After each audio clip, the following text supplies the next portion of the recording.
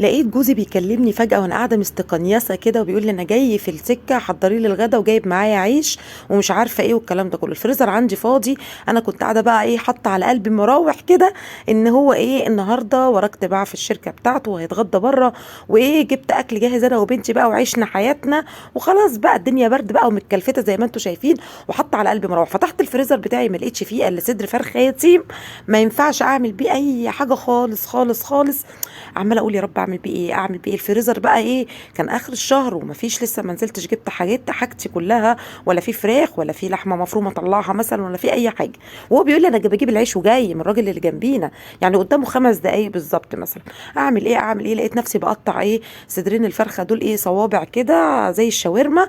وبعدين بعت البواب بسرعه راح جاب لي ايه، جاب لي بصل وجاب لي طماطم وجاب لي بصل يا ربي وجاب لي عيش. لا جاب لي بصل وجاب لي بطاطس.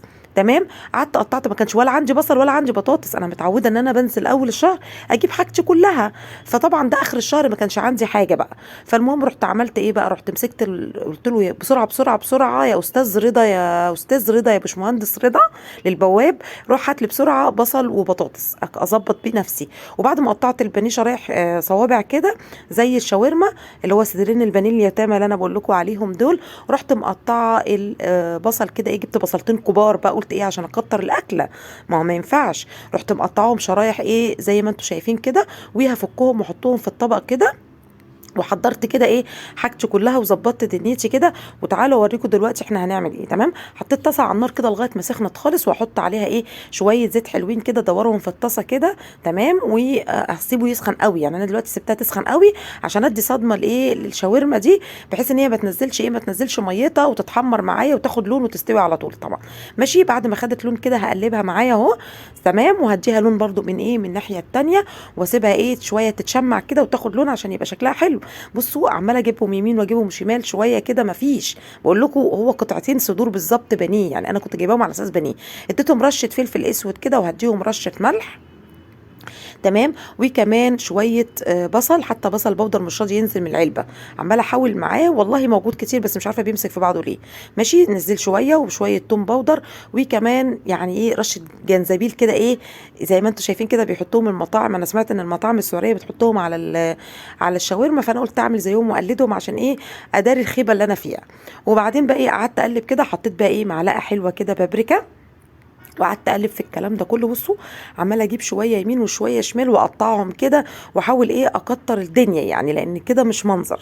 تمام. هو عامل حسابه ان في بقى اكل والبيت فيه اكل وكده، ولو جه هيفضل يشتم فيا وانت خيبانه وما ينفعش اقعد اجيب اكل جاهز، عشان اطلب اكل جاهز هيجي لي بعد ساعه. فانا لا، انا قلت ايدي اسرع او ما انا اعمل. حطيت بصل كتير زي ما انتم شايفين كده عشان اكتر الاكله. ما تقلقوش هي باينه دلوقتي البصل، بس لما يتحمر مع الشاورما هياخد من طعم الفراخ ومش هيبان خالص.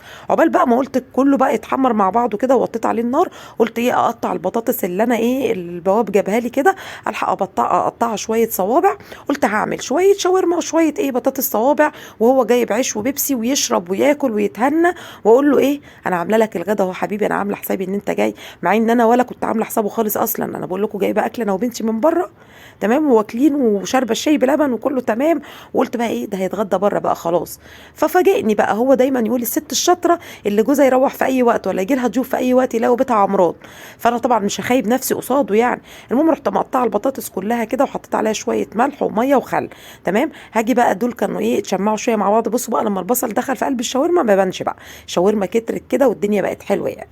بس هحط طاسه تانية، ما حدش يعيب على الطاسه بتاعه البطاطس. الطاسه بتاعه البطاطس دي حبيبتي حبيبتي حبيبتي حبيبتي بتطلع البطاطس لون وشكل وطعم تاني خالص. يعني لو جبت طاسه جديده وانا مش قادره اجيب طاسه جديده، قادره اجيب طاسه جديده. وعندكم الطاسه بتاعه الشاورما ممكن اجيبها عادي، لكن انا المشكله او اعمل فيها عادي.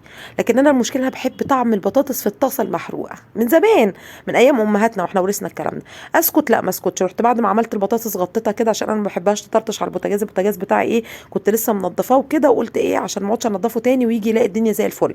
رحت جبت نص كيس مكرونه كده وقلت ايه احمرهم شويه بصراحة كان عندي شوربة في الديب فريز في الفريزر يعني، بس ما لحقتش اطلعها طبعا ولا افكها ولا الكلام ده، فقلت ايه هعملها بميه عادي من الكاتل كده واظبط. المهم حمرت المكرونه كده لغايه ما اتحمرت اللون ده، وحطيت عليها مكعب مرق، وحطيت عليها الميه زي ما انتم شايفين كده من الكاتل مغليه، عشان ايه الدنيا ايه تتعمل بسرعه او تستوي بسرعه يعني ما تاخدش معايا وقت. وهقلب كده، وهجيب دلوقتي ايه معلقه صلصه كده اهو، برضو اخر برطمان الصلصه، ما انا بقول لكم اخر الشهر ما ببقاش جبت لسه حاجه.